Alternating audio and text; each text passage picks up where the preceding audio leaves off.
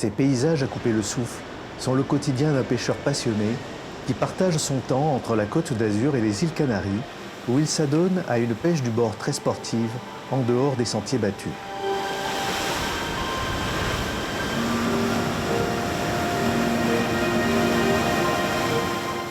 Nous sommes plus précisément à Fuerteventura, dans l'océan Atlantique, à 97 km seulement de la côte marocaine. Une destination de vacances prisée par les Européens en raison des splendides plages de sable blanc et des eaux tempérées toute l'année par des vents constants.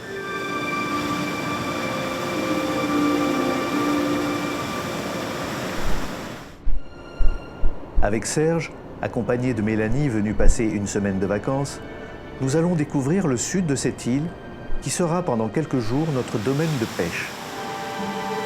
Une pêche un peu particulière qu'on appelle pêche à la pelote. Serge, moniteur instructeur de pêche sportive, la pratique intensément depuis son enfance. Dès l'âge de 5 ans, son père l'emmenait à la pêche, comme son grand-père l'avait fait avec son fils. C'est ainsi que se transmettent les passions de génération en génération. Aujourd'hui, la pêche à la pelote est selon lui la plus belle des pêches du bord de mer. Il nous invite à partager avec lui le quotidien de cette passion.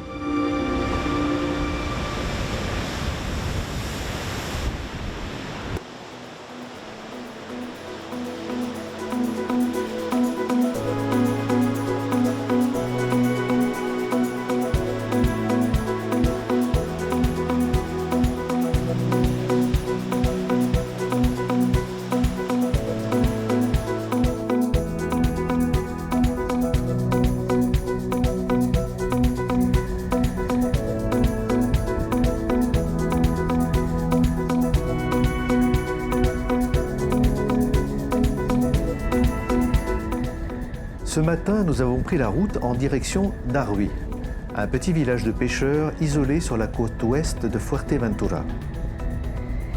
Après une bonne heure de route, à travers ces paysages tout en relief et en couleurs, nous quittons le macadam pour emprunter la piste vers notre destination finale.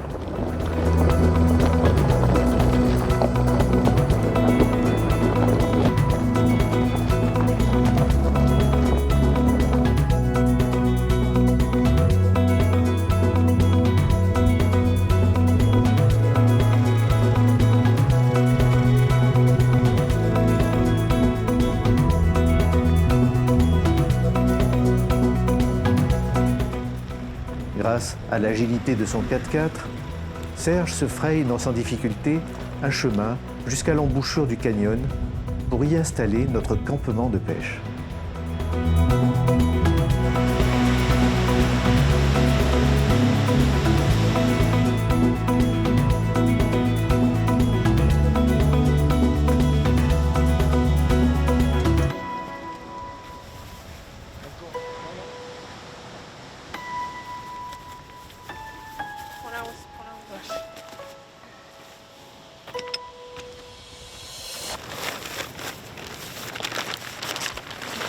Je gonfle les matelas.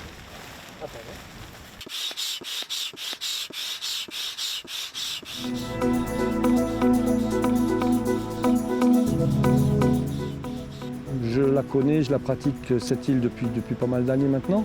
Et il faut être équipé. Il faut avoir un bon équipement pour dormir dehors, il faut avoir un petit groupe électrogène, il faut avoir des bonnes tentes, il faut avoir du bon matériel, du bon matelas pneumatique.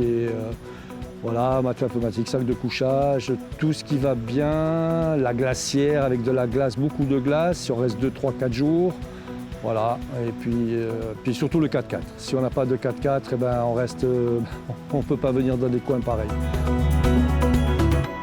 Je suis Serge Rotolo, pêcheur à la pelote, un peu spécialiste, on va dire, de la pêche à la pelote, puisque j'ai commencé à pêcher sérieusement à l'âge de 14 ans, on va dire, 14 ans, 14-15 ans.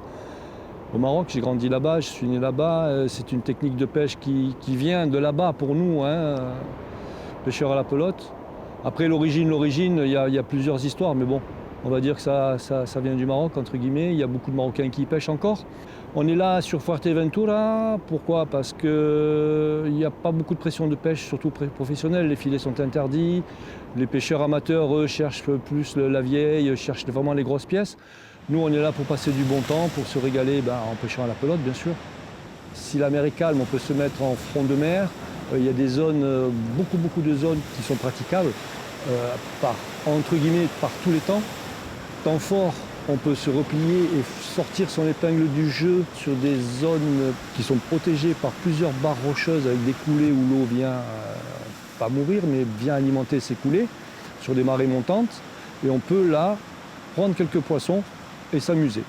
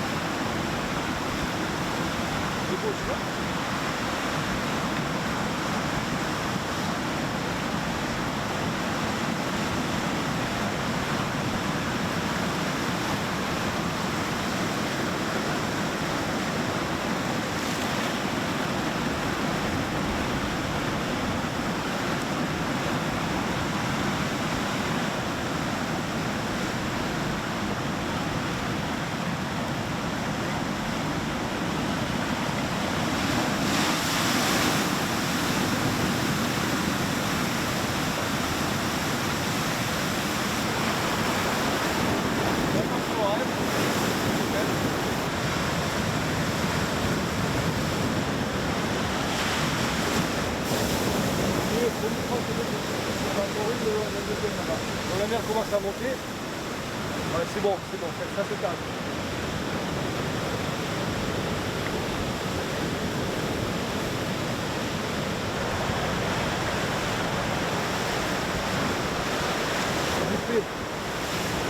Bon, je vais chercher la pelote avec lui.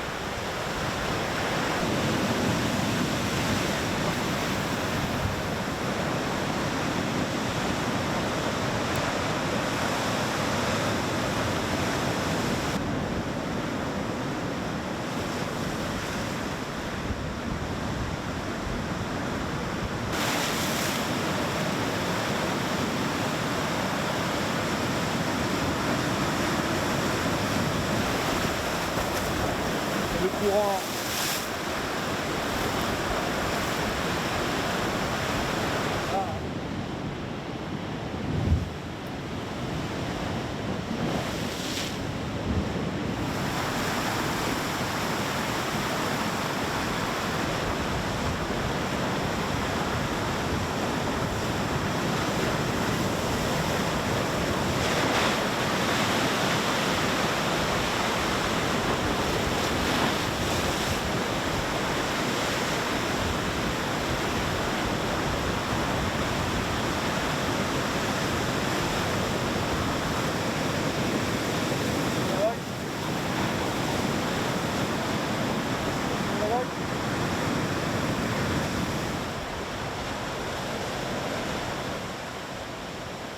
J'ai choisi ces petites coulées là, vraiment protégées du gros temps, des grosses vagues, parce que là il vient manger, il est protégé, et c'est très rapide.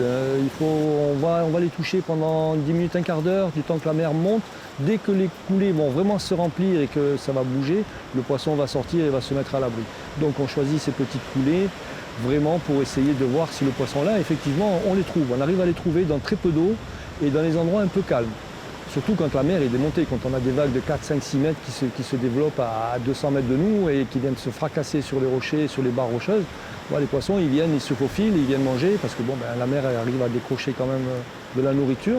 Et ils sont là et il faut les trouver. Et c'est pas toujours dans les grands fonds et au large qu'on trouve les poissons. Et surtout des belles pièces aussi, dans très peu d'eau, dans 1 mètre, 1 mètre 50 maximum de profondeur. Et on les trouve, ils viennent là, ils sont là et à nous de les prendre.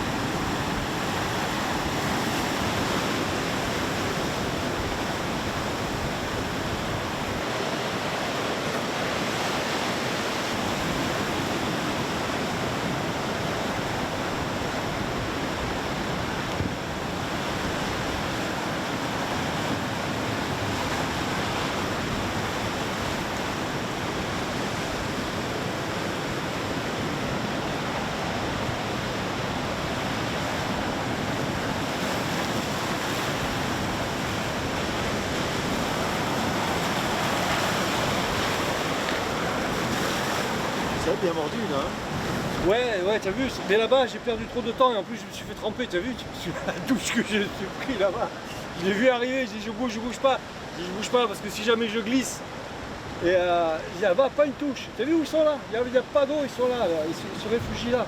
À mon avis, il y a des carnassiers qui doivent tourner, là. C'est pas possible. T'as vu le mulet, sop.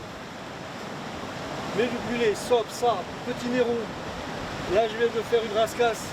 Belle rascasse, elle a tout avalé, j'ai coupé, j'avais pas l'escalier pour enlever un hameçon.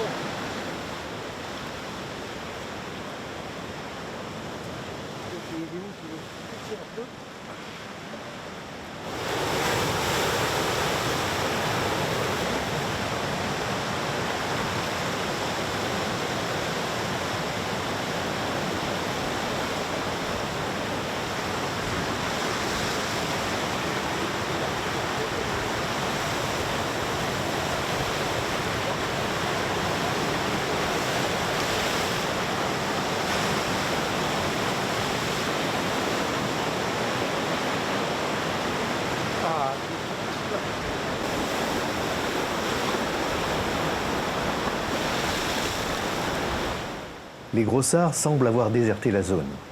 Il est peut-être temps de faire une pause pour déjeuner avant de changer de coin. Dib, son plus fidèle compagnon, ne nous contredira pas.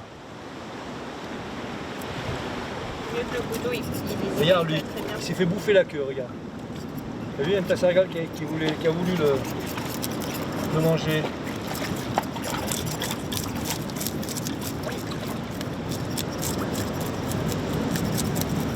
Il faut savoir que le mulet n'a pas de dents en fait. Hein. C'est un des rares poissons qui n'a pas de dents. Et automatiquement, quand il mange, il faut qu'il broie ses aliments. C'est un peu comme le poulet. Le poulet, quand il avale ses graines, il a un gésier. Et bien le mulet, il a un gésier. Voilà, on enlève ici les ouïes.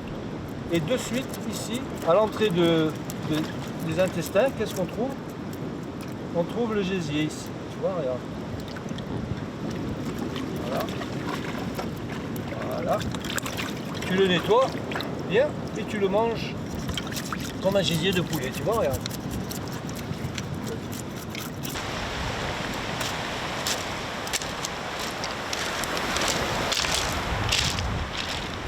Dans le cuisson, 10 minutes par côté. Après, ceux qui aiment roser à l'arête, un peu moins, mais bon, roser à l'arête, il faut aimer. Je sais pas, vous voulez bien cuit. Bien cuit, ouais. Bien cuit pour toi. Et toi? Oui. Bien cuit aussi. Bien cuit. Heureusement que Serge est en train de me faire une mayonnaise. On prend toujours plaisir à manger du poisson frais. Hein. Quand on aime le poisson, pêcher, griller, manger. La nature nous a voulu nous en donner, on en a pris. C'est important aussi hein, de respecter le poisson jusqu'au bout. Hein. On le pêche, on le mange. Voilà, après le déjeuner, on s'est reposé un petit peu bien sûr. On est arrivé sur la marée haute, on est parti sur la gauche. Il y a une belle coulée que j'apprécie beaucoup parce qu'il y a une grosse barre rocheuse qui nous bloque vraiment les vagues. Mais manque de peau, la mer était vraiment très forte. Et ça passait par-dessus, ça rentrait de tous les côtés avec beaucoup d'algues. C'était impraticable.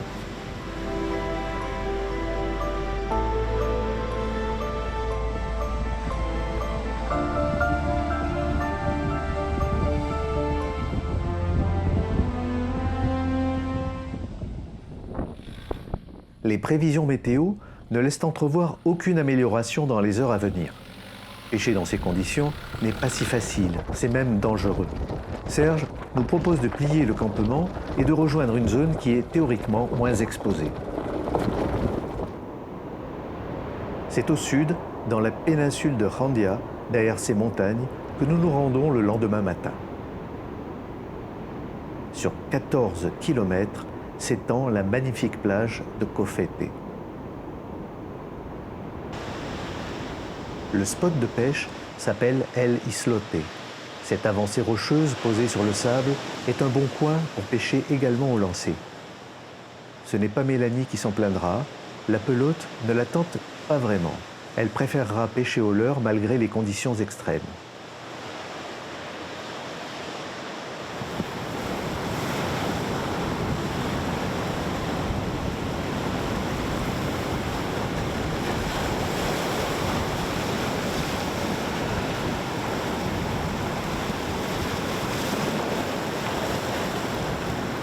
Elle a toute la matinée pour s'exprimer. Serge, devant retourner en ville, se fournir en sardines fraîches pour préparer son appât magique, la pelote.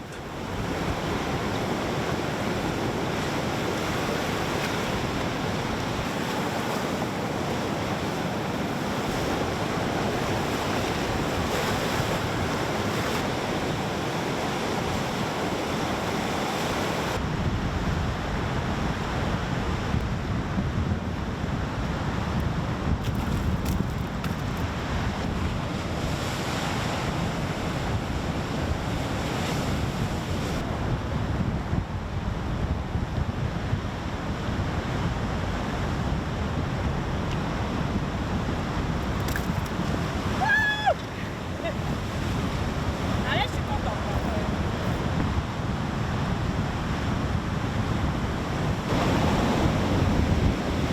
Premier poisson du séjour.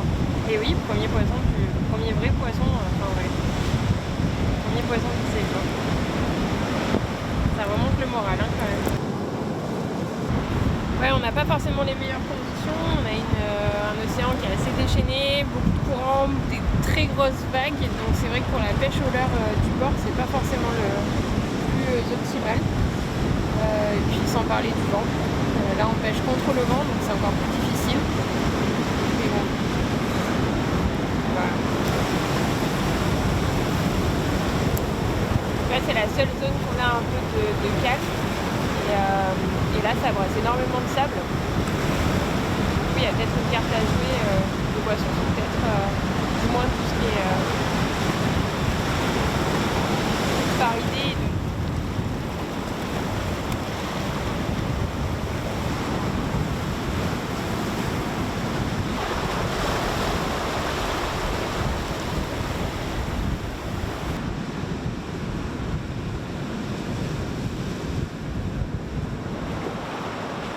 Serge arrive avec sa provision de pelote du jour prête à l'emploi. Dib s'est mis en mode pêche.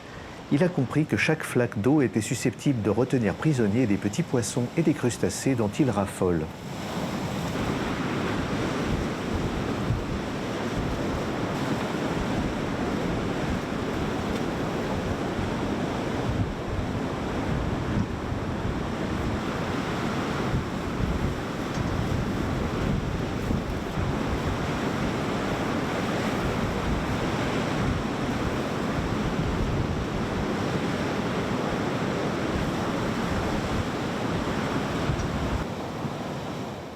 L'autre côté de l'éperon rocheux, qui n'a pas encore été pêché de la journée, offrira peut-être de plus belles prises. Serge décide de le tenter en position d'équilibre précaire. La récompense ne tarde pas. Encore un sard qui finira ce soir sur la braise ou à la poêle.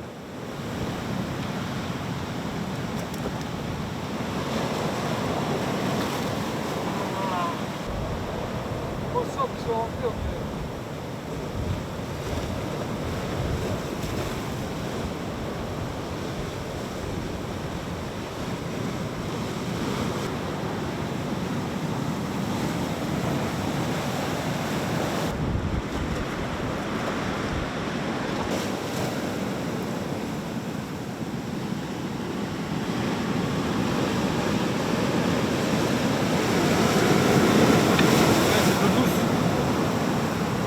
Pluie. Et de douce.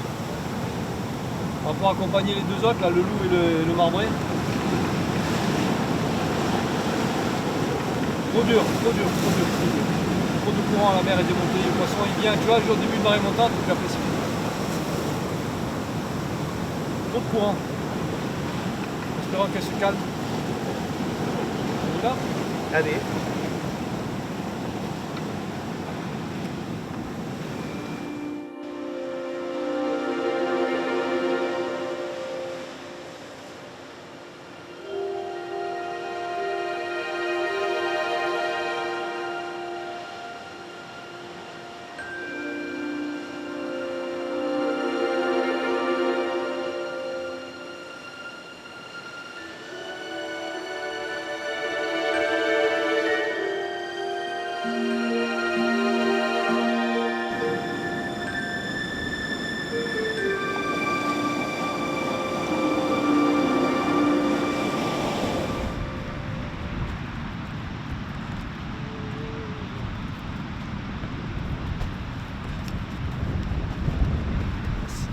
Voilà, j'ai juste une petite demande à faire. Les gens, les messieurs, les mesdames, les enfants, quand vous allez dans la nature, prenez un petit sac avec vous, un petit sac poubelle, et ramassez un petit peu chacun. C'est pas grand chose, mais c'est toujours ça de moins. On enlève à la nature parce que la nature elle en a marre de bouffer de la merde. Je suis désolé de parler comme ça, mais ramassez un petit peu de temps en temps. Vous allez dans un endroit sauvage, allez-y, il n'y a pas de souci, promenez-vous, mais ramenez le plastique pourri à la maison et vous les mettez à la poubelle.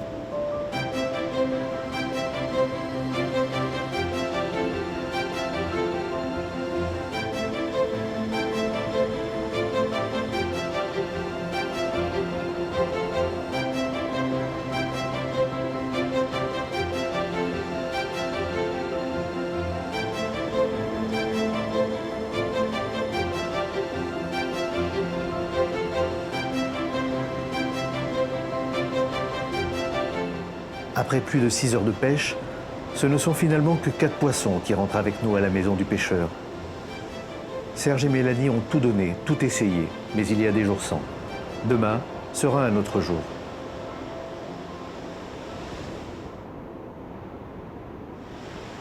Après une nuit confortable et un petit déjeuner copieux, tous les espoirs sont de nouveau permis.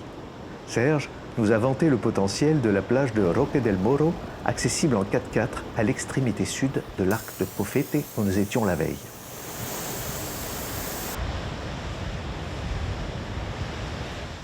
Il eût été dommage de passer à côté sans s'arrêter contempler ces formations géologiques ornementales. La vision de cette côte, chahutée par les gros rouleaux, les courants violents et le vent, est un pur bonheur contemplatif.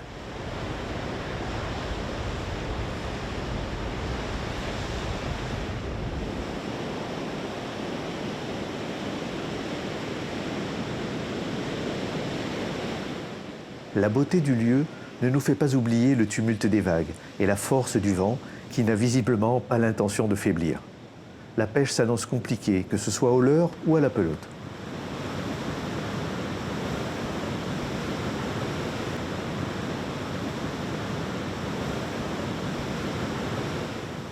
Mélanie est dubitative. Serge, qui connaît bien le coin, sait qu'il y a quelques trous plus ou moins abrités où les sards seront prenables. Il ne reste plus qu'à préparer la pelote. Il est réticent aujourd'hui à dévoiler face caméra sa recette, mais peu importe. Nous avons déjà eu l'occasion d'assister à cette préparation quelques mois plus tôt, lors d'une partie de pêche à la pelote sur la Côte d'Azur.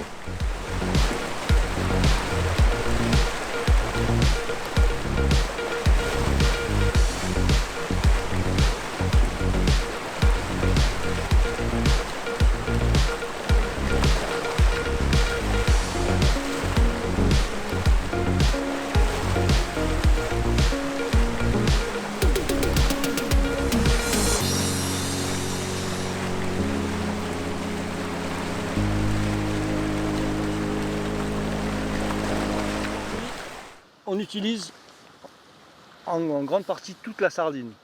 Donc il faut qu'on la nettoie. On la trempe un petit peu dans le sable. Tu fais attention que le sable qui va te servir. Elle est pas belle ma 4 kilos. Ah.